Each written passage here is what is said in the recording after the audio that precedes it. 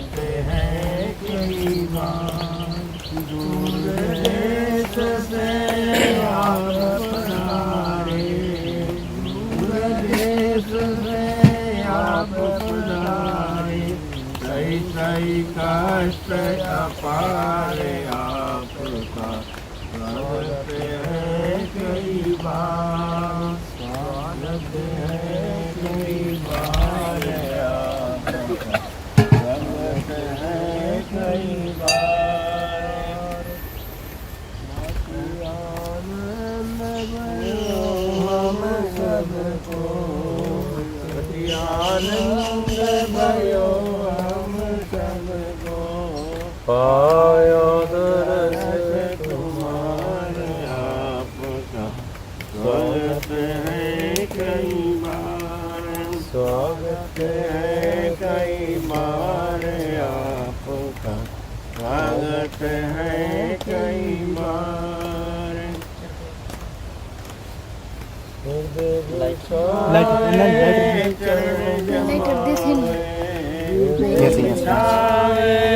चरण जमावे रही रही करत पुकारे आपका स्वागत है कई बार, स्वागत है कई बार आपका स्वागत है कई बार।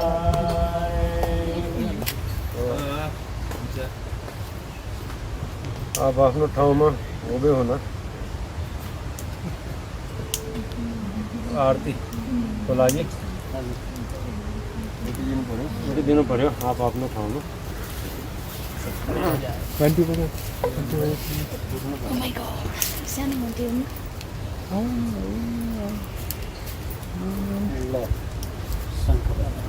जय गुरुदेव।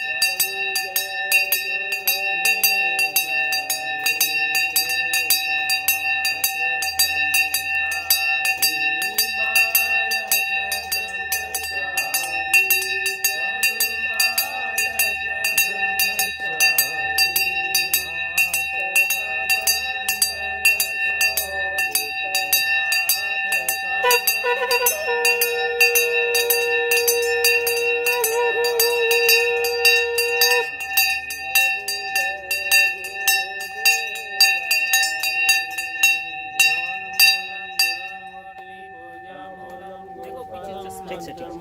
Just smile like this. गुरुर्देवो गुरुर्धर्मो गुरुर्निष्ठा परं तपः गुरुर्परतरं नास्ति नास्ति तत्त्वं गुरुर्परं। सभी बैठ बंदो सनम पार्वती जी जय।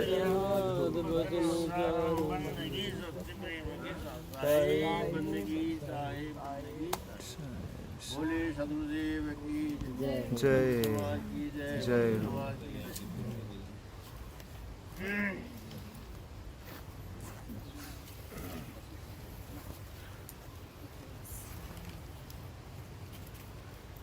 चलिए तुलदास जी आप एक भजन सुनाइए। हामी यो जङ्गलको किनारामा उपस्थित भएर गुरु साहेब सम्मिलित छौँ। हामीहरूको जीवनमा गर्नुपर्ने कुराहरू के हो भन्ने कुरा यो भजनले बताउँछ। प्रारब्धको नपर भर मुक्ति हुन्छ मिलेर, प्रारब्धको नपर भर मुक्ति हुन्छ मिलेर। थोरै थोरै चढ्ने पनि चुचुरमा पुग्छन्, थोरै थोरै चढ्ने पनि चुचुरमा पुग्छन्। एक अछिल दाठिली तयार हुन्छन्, एक अछिल दाठिली तयार हुन्छन्। बाटो लाने नेटो काटे बस्न र ल परे, बाटो लाने नेटो काटे बस्ने र ल परे। पढ्ने जति पाजे हुन्छन् खेल्ने जिल्ला भरे, पढ्ने जति पाजे हुन्छन् खेल्ने जिल्ला भरे।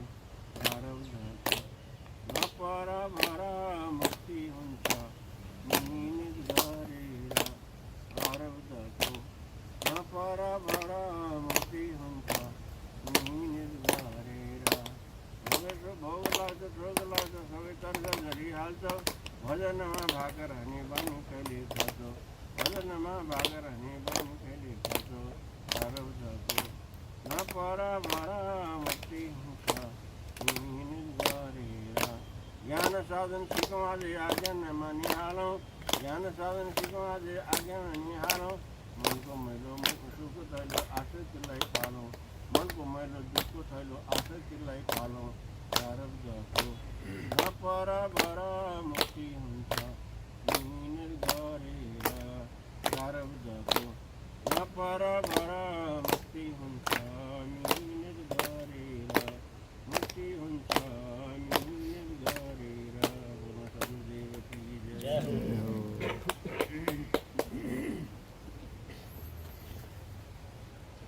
आप भी सुनाइए सर जी एक भजन, ये भी सुनाएंगे एक भजन। बोली सतगुरुदेव भगवान की जय।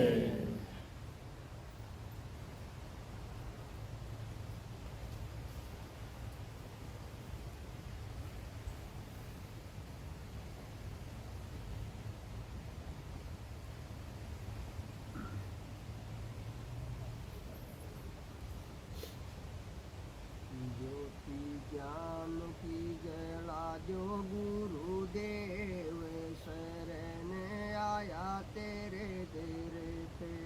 ज्योति ज्ञान की जला जो गुरुदेव शरण आया तेरे दर पे।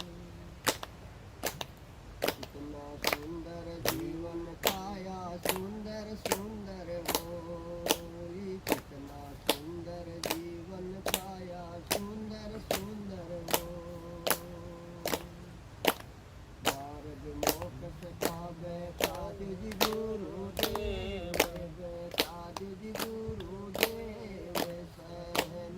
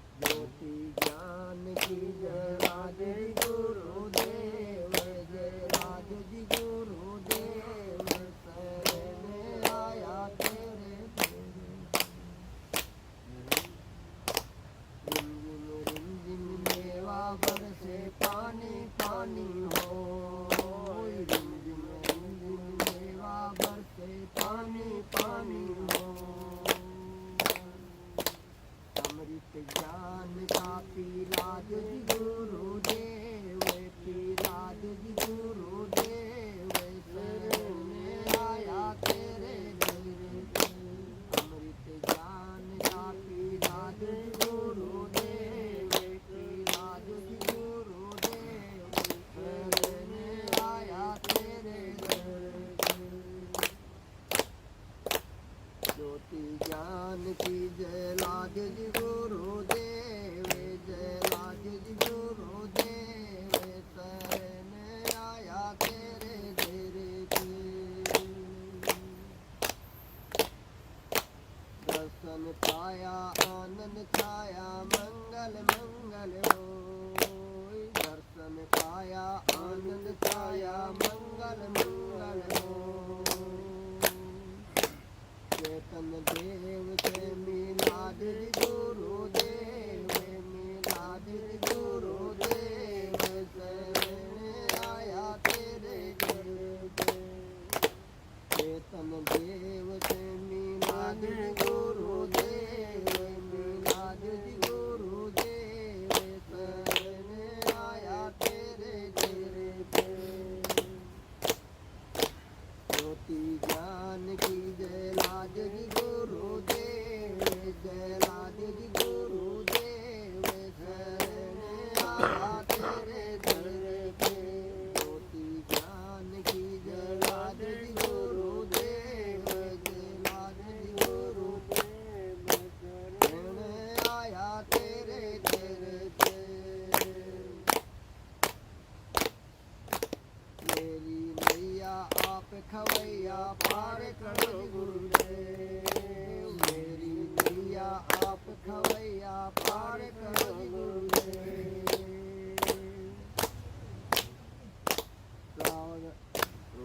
प्रभाकर रोशनी जयलाद जी गुरुदेव जयलाद जी गुरुदेव शरण आया तेरे दर पे ज्योति ज्ञान की जयलाद जी गुरुदेव जयलाद जी गुरुदेव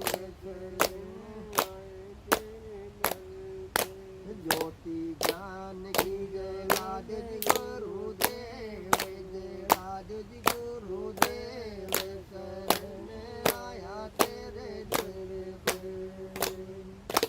बोली सत्य गुरुदेव भगवान की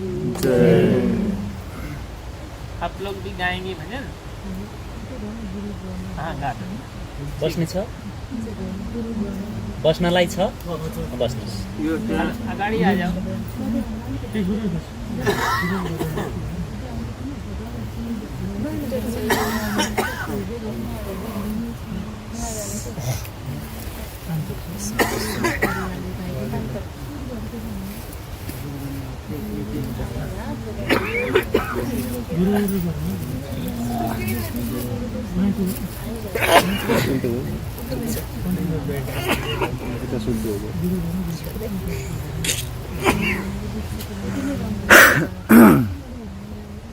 जे सकिन्छ यसो 2 मिनेटको गाउँदा हुन्छ अनि प्रवचन सुन्नु प्रसाद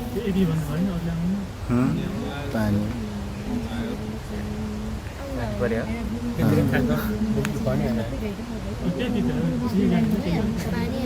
टोटोमेटो गर्नु न पानी पर्यो नि सबैलाई जे आउँछ त्यो 2 मिनेट मात्रै त्यसपछि प्रवचन सुन्नुपर्छ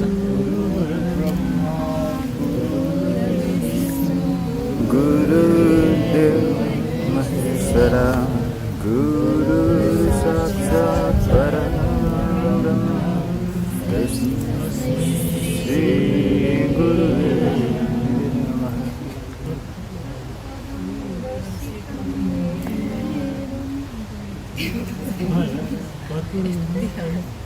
ठीक छ यति भयो ठीक छ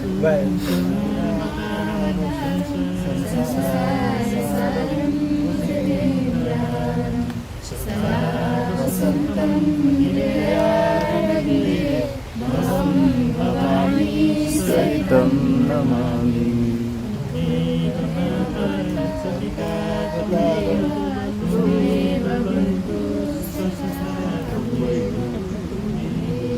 ठीक छ कुरा गर्दै हो क्षमा पाउँ आज सबैजनालाई मेरो तर्फबाट हार्दिक हार्दिक धन्यवाद। सबै हजुरहरू जसलाई मैले आमन्त्रणा गरेँ सत्सङ्गको लागि तपाईँहरू सबैलाई धेरै धेरै धन्यवाद।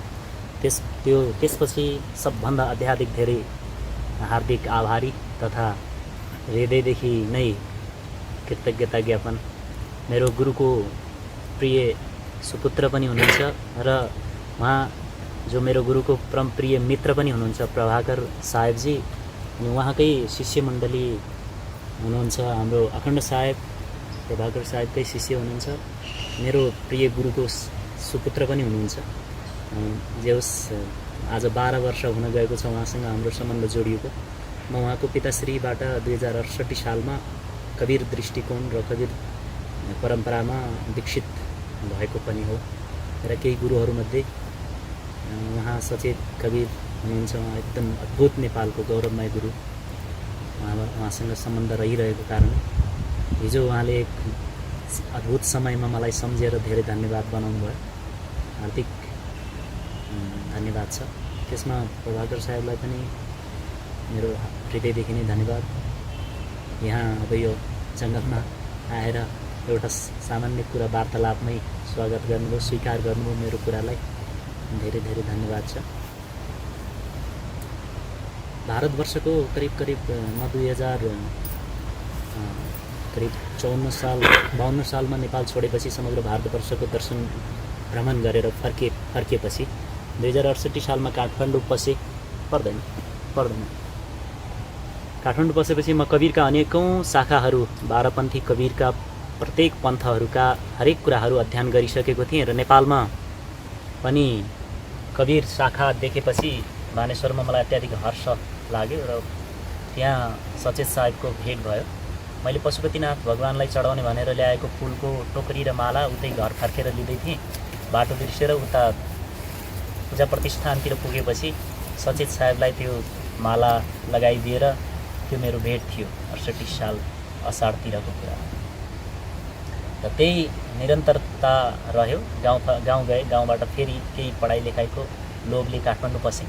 त्यही सिलसिलामा आश्रममा पनि केही सेवा गर्ने अवसर मिल्यो। डाक्टर स्वामी रामकृष्ण फर्पन्नाचार्य र सचेत साहेबको एकै समयमा 2 जना युग पुरुषहरूलाई सेवा गर्ने अवसर मिल्यो। 68 सालदेखि 72 सालसम्म।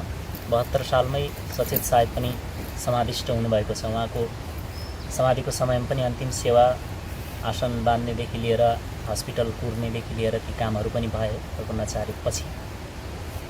यी क्रियाकलाप र यी सङ्गतले गर्दा एउटा हृदयको एउटा राम्रो सम्बन्धले हिजो साहेब आएको खबर अखण्ड साहेबले गरेपछि साहेबसँग कुरा गराउनुहोस् भने मैले कुरा गरेँ। कुरा गरेपछि साहेबले पनि सहजै मेरो निमन्त्रणालाई स्वीकार दिनुभयो र हजुरहरू सबै पनि दुर्लभ दर्शन हजुरहरूलाई पनि सुलभ भयो भन्नुपर्छ। नेपालमा एउटा सम्पन्न मठ र परम्परा छ उहाँहरूको। त्यसमा मैले देखेको चाहिँ सम्पन्न परिवारहरू नै त्यो मठसँग सम्बन्धित छन्। अहिलेसम्म चाहिँ नेपालको राजपरिवार र सम्पन्न परिवारको सम्बन्ध त्यो मठसँग छ, जुन नेपालमा कवीरका 4वटा मठ छन्। र तपाईँ हामी जस्तो सामान्य वर्गहरूले पनि कवीर साहेबको यो दृष्टिकोण र कवीर साहेबको यो गुरु परम्पराका सन्तहरूको दर्शन गर्न पाउनुपर्छ भनेर मैले खास साहेबलाई निमन्त्रणा गरेको हो। आज तपाईँहरू उहाँको कवीर दृष्टिकोणमा सनातन धर्म, कवीरको दृष्टिकोणमा सनातन धर्म कस्तो हुनुपर्छ भन्ने विषयमा प्रभाकर साहेबजीबाट हजुरहरूले प्रवचन सुन्नुहुनेछ। सचेत साहेब जो आज्ञा साहेबको परमप्रिय शिष्य हुनुहुन्थ्यो, उहाँले गुजरातको कोटा के भन्नु कोबा भन्ने ठाउँमा विशाल आश्रम निर्माण गरेर जानुभएको छ। नेपालमा पनि आश्रम छ। राजस्थानको कोटामा सद्गुरु श्री प्रभाकर साहेबको विशाल आश्रम छ। प्रत्येक वर्षकालमा नेपालमा आउनुहुन्छ। नेपालमा 4वटा विशेष मठहरू छन्। नेपालमा एक धुरन्धर तपस्वीको आगमन भयो 2002 सालतिर हुनुपर्छ। विशाल साहेब, उहाँका ठुला दर्शनहरू छन्। उहाँको मुखारविन्दबाट प्रभावित भएका अमृत अनुभवका ज्ञानहरू। उहाँ पढे लेखेको विद्वान त होइन, उहाँका शिष्यहरू विद्वान भए, प्रेम साहेबहरू इत्यादि, उहाँहरूका मुक्तिद्वार, भवयान इत्यादि धेरै सत्यनिष्ठा इत्यादि कृतिहरू, भव्य कृतिहरू छन्। नेपालको वन गुफाहरूमा गुरुले भनेको वाणीलाई लेखेको छ, लिपिबद्ध गरिएको छ। यो अनुसार विशाल साहेब भारतमा मात्रै, नेपालमा मात्र होइन, भारतमा पनि ख्यातिप्राप्त एउटा परम सिद्ध योगी हुनुहुन्छ। नेपालको नागार्जुन तारकेश्वर जङ्गलमा उहाँले तपस्या गर्नुभयो। उहाँ रुखमुनि ओडारभित्र गोप्य ध्यान गर्ने र कवीरको दृष्टिकोणमा आत्मा राममा रम्ने एउटा परम योगी हुनुहुन्थ्यो। र उहाँको त्यो रुख गुफामुनि लुक्दै गर्दा, छुप्दै गर्दा, आफूभित्र रम्दै गर्दा पनि उहाँबाट केही वचनका अमृतहरू सङ्ग्रह गर्ने रूपमा नेपालका बृहत साधुहरूले उहाँलाई पछ्याउनु भयो। आज्ञा साहेब, सन्त शरण साहेब, रामस्वरूप साहेब, उहाँहरूको 4वटा मठ छ, बानेश्वरमा, एकान्त कुनामा, झम्सीखेलमा, टौदहमा र तारकेश्वर जङ्गलमा पनि तपोश्री सन्त तपाईँको विशाल साहेबको एउटा सानो ध्यानकुटी छ। त्यहाँ अहिले हाम्रो के साहेब नि नाम मैले बिर्सेँ, सन्तुलन के भन्छ माथि, अमृत साहेब हुनुहुन्छ। करिब 90 वर्षको, 85 वर्षको हुनुहुन्छ। एउटा बृहत परम्परा छ। कवीरको दृष्टिकोणमा नेपालीहरूको पनि योगदान, नेपाली साधु सन्तहरूको मैले हरेक पन्थमा हेरेँ। नेपाली सिद्ध योगीहरूको पनि कवीर पन्थका 12 पन्थमा लगानी देखेँ मैले। नेपाली साधुहरू, नेपाली योद्धाहरूको हर क्षेत्रमा, हर पन्थ र हर परम्परामा एउटा लगानी छ। त्यसले गर्दाखेरि संसारको प्रत्येक पन्थ र पद्धति गौरवमय छ। त्यसले गर्दा तपाईँहरू धन्य हुनुहुन्छ। साहेबको प्रवचन सुनौँ। मैले सामान्य परिचय गराएँ। साहेब यति मात्र होइन कि सचेत साहेबको पनि मित्र हुनुहुन्छ र मेरो डाक्टर स्वामी प्रपन्नाचार्यको समाधिको समयमा पनि उहाँ उपस्थित हुनुहुन्थ्यो। र आउँदा, नेपाल आउँदा हरेक वर्ष मेरो गुरुदेवलाई पनि, मेरो दुईटै गुरुदेवलाई उहाँ सम्मान गर्ने भएको कारणले मेरो आफ्नै गुरुहरूको उपस्थिति ठानेको छु मैले।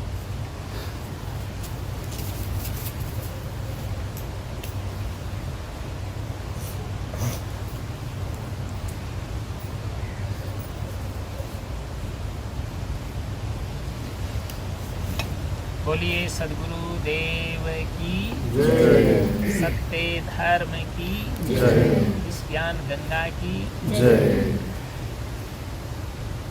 सबसे पहले सभी मिलकर के एक छोटा सा गीत गान करेंगे। पहले मैं कहूँगा, उसके पश्चात आप लोग भी दोहराएंगे। इसकी आवाज़ बुलंद होनी चाहिए। ले लो गुरु जी का ज्ञान, अवसर सुंदर मिला। ले लो गुरु जी का ज्ञान, अवसर सुंदर मिला।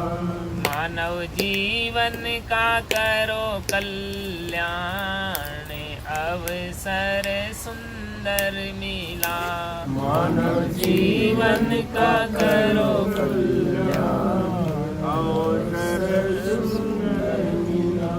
भाग्य जगे तेरे नर्तन को पाया, भाग्य जगे तेरे नर्तन को पाया। फिर भी गुरु ज्ञान तुझको न भाया, फिर भी गुरु ज्ञान तुझको न भाया।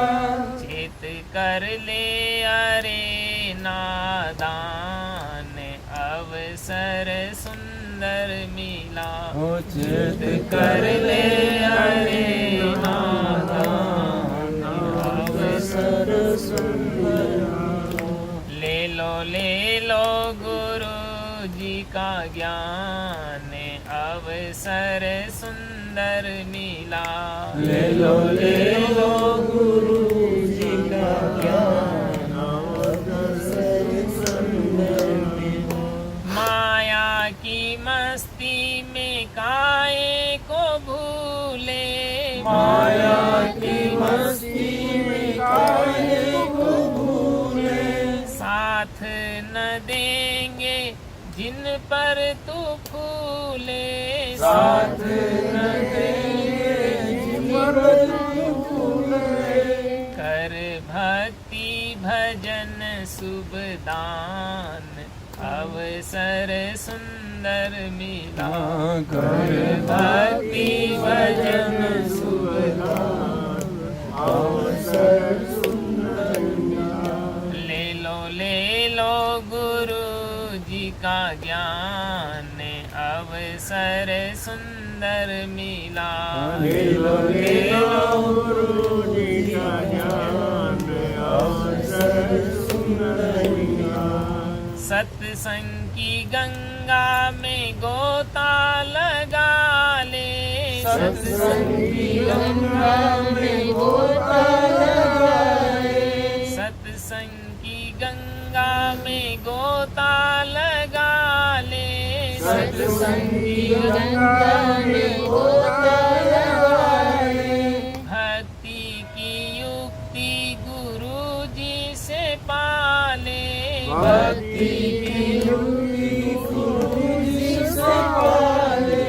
राह मुक्ति की तू पहचान अवसर सुंदर मिला।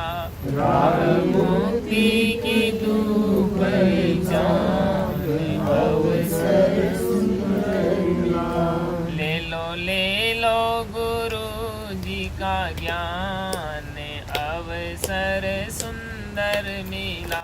ले लो गुरु जी का ज्ञान अवसर सुंदर मिला। मानव जीवन का करो कल्याण अवसर सुंदर मिला। मानव जीवन का करो कल्याण अवसर सुंदर मिला।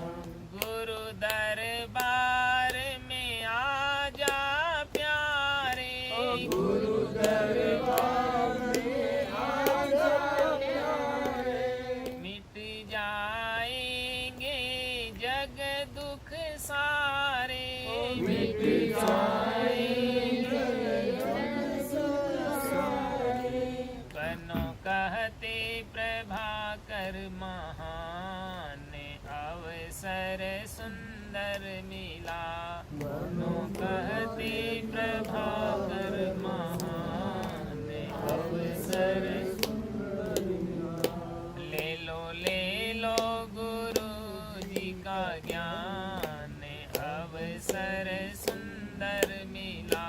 ले लो गुरु जी का ज्ञान अवसर सुंदर मिला।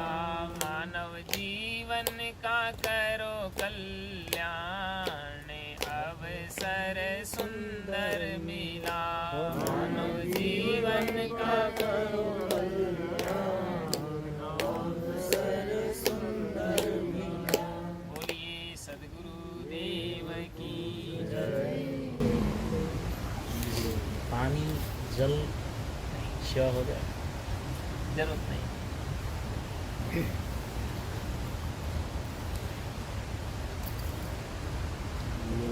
मानव समाज के पथ प्रदर्शक वंदनीय संत समाज, सत्संग प्रेमी सज्जनों, श्रद्धा मूर्ति देवियों, आज हम सब बागमती के तट पर संत जी के आश्रम पर इस सत्संग की पावन बेला में हम सब लोग यहाँ पर उपस्थित हैं। सत्संग में बैठने का अवसर व्यक्ति को तभी मिल पाता है जब जीवन के अनेक पुण्य जागृत होते हैं। अगर व्यक्ति का पुण्य जागृत होता है तो व्यक्ति सैकड़ों किलोमीटर से चल कर के भी सत्संग में उपस्थित हो जाता है। और जिनके दिल में पाप आड़े आ जाते हैं तो उसके नगर में, उसके मोहल्ले में, उसके पड़ोस में और उसके घर में भी सत्संग होता है, तब भी व्यक्ति वहाँ पहुँच नहीं पाता है, बैठ नहीं पाता है। कहा है कि मिलना अगर मंजूर है तो बम्बई नहीं दूर है, पर मिलना अगर नामंजूर है तो चौखट भी बड़ी दूर है। व्यक्ति के जीवन में जब पुण्य जागृत होता है तभी व्यक्ति सत्संग में बैठता है। सत्संग कहाँ मिलती है? वो संतों के सानिध्य में मिलती है। संत का दर्शन जब होता है तो संत के दर्शन से क्या होता है कि उसके जीवन के अनेक पाप ताप संताप का समन हो जाया करता है। सत्संग उसको कहते हैं जहाँ पर बैठने से व्यक्ति को सत्य का ज्ञान हो, सत्य का बोध प्राप्त हो। सत्संग हमें क्या देती है? सद्गुरु विशाल देव ने कहा है कि लाभ महान मनुष्य को संत संग गही ज्ञान, होए सोस मन आपना और भक्ति धर्म पहचान। सत्संग में बैठने से मनुष्य को क्या लाभ मिलता है? जिस प्रकार से एक बार मैं यहाँ नेपाल में आया तो आज के कई वर्ष पहले, वैसे मैं 82 से यहाँ पर आता रहा हूँ, और जो है तो जैसे ही मैं प्रवचन करके बाहर निकला तो एक सज्जन से मेरी मुलाकात हुई। तो उन्होंने जब मेरे को देखा तो उन्होंने पूछा कि आप कहाँ रहते हैं, क्या करते हैं? तो मैंने कहा मैं यहाँ कबीर सत्संग आश्रम सेवा ट्रस्ट में प्रवचन करते हैं, सत्संग करते हैं, तो आप भी यहाँ आया करें। तो उसने कहा कि बोला मुझे सत्संग में बैठने की फुर्सत नहीं। तो मैंने कहा आपको सत्संग में बैठने की फुर्सत नहीं है? तो कहता है बोला आप तो सत्संग की बात करते हैं, मुझे तो खाने की भी फुर्सत नहीं है। मैंने कहा खाने की भी फुर्सत नहीं है? बोला आप तो खाने की बात करते हैं, मरने की भी फुर्सत नहीं। मनुष्य क्या है कि आज इसी भौतिक युग में इतना व्यस्त है, इतना त्रस्त है कि उसके पास में टाइम का अभाव है। इस धरती पर दो प्रकार के लोग पाए जाते हैं। कुछ लोग होते हैं जो समय के अभाव में जीते हैं, और कुछ लोग ऐसे होते हैं जो समय से परेशान होकर के जीते हैं। कुछ लोगों के पास तो टाइम ही नहीं होता है, वो टाइम के अभाव में जिया करते हैं। मैं छत्तीसगढ़ में था तो वहाँ पर मैंने देखा कि रेलवे क्रॉसिंग होता है, तो जब ट्रेन आती है तो डंडा बंद हो जाने के बाद भी, गेट बंद होने के बाद भी लोग क्या करते हैं, अपनी बाइक को जो है तो उसके नीचे से झुका झुका करके निकालते हैं। 5 मिनट भी उसके पास रुकने का समय नहीं। लेकिन कुछ लोग ऐसे भी होते हैं जो समय से परेशान होकर के जीते हैं कि हम समय को कैसे बिताएं। हैं कुछ लोग एक जगह बैठ कर के ताश खेल रहे थे, तो संजोग से हमारा जाना हो गया, और जब हम वहाँ पहुँचे तो हमने देखा बूढ़े बूढ़े लोग जो है तो उनको ठीक से दिखाई नहीं दे रहा था, फिर भी आंखें गड़ा गड़ा करके पत्ते देख रहे थे। तो हमने उनसे पूछा भाई